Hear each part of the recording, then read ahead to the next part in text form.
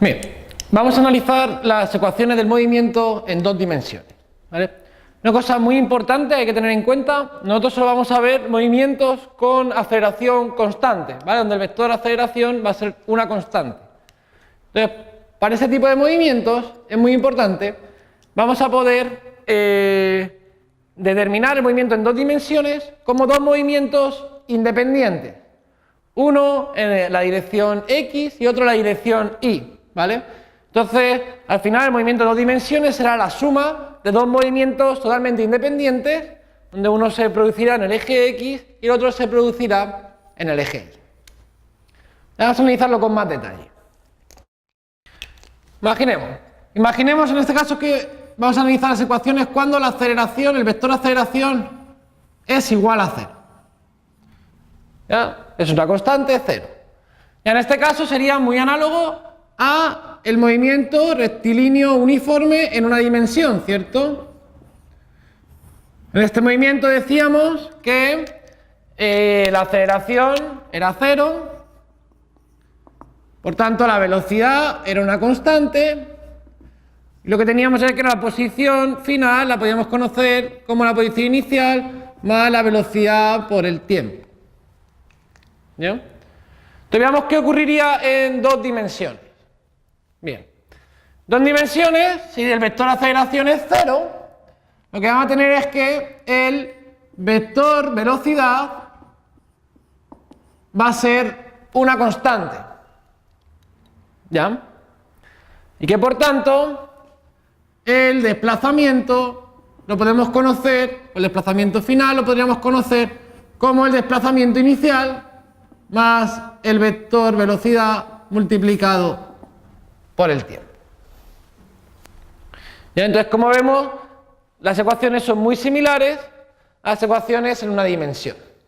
¿Ya? Pero ¿qué ocurre en este caso? En este caso tenemos una igualdad vectorial. ¿Ya?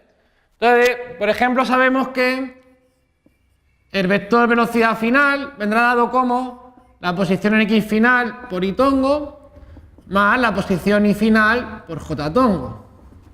¿Sí?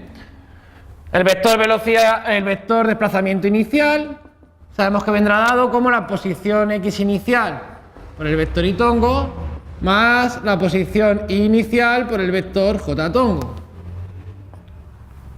Y que el vector velocidad vendrá dado como la componente X de la velocidad por Y tongo más la componente Y de la velocidad J tongo.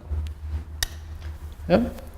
Entonces, vamos a introducir estas tres definiciones en esta ecuación. ¿Bien?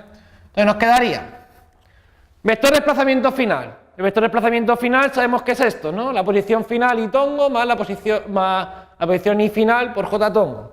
Es decir, que tendríamos X final Y tongo más Y final J tongo.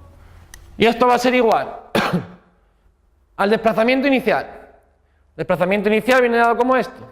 Es decir, la posición X inicial por Y tongo más la posición Y inicial J tongo más el vector velocidad multiplicado por el tiempo.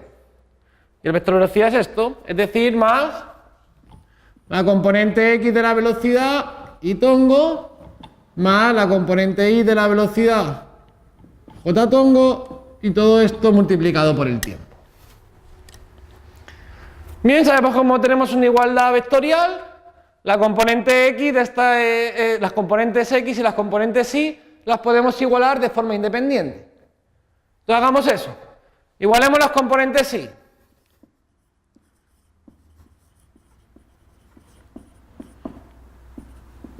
Y nos quedaría en este lado de la igualdad, X final será igual a X inicial, esto es J tongo, nada, más velocidad X por el tiempo, como esto es J tongo, nada.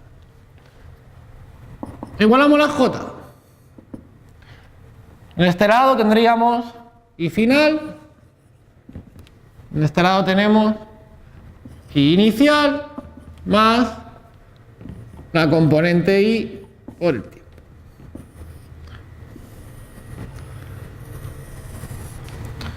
Donde v de x es una constante y v de y es una constante.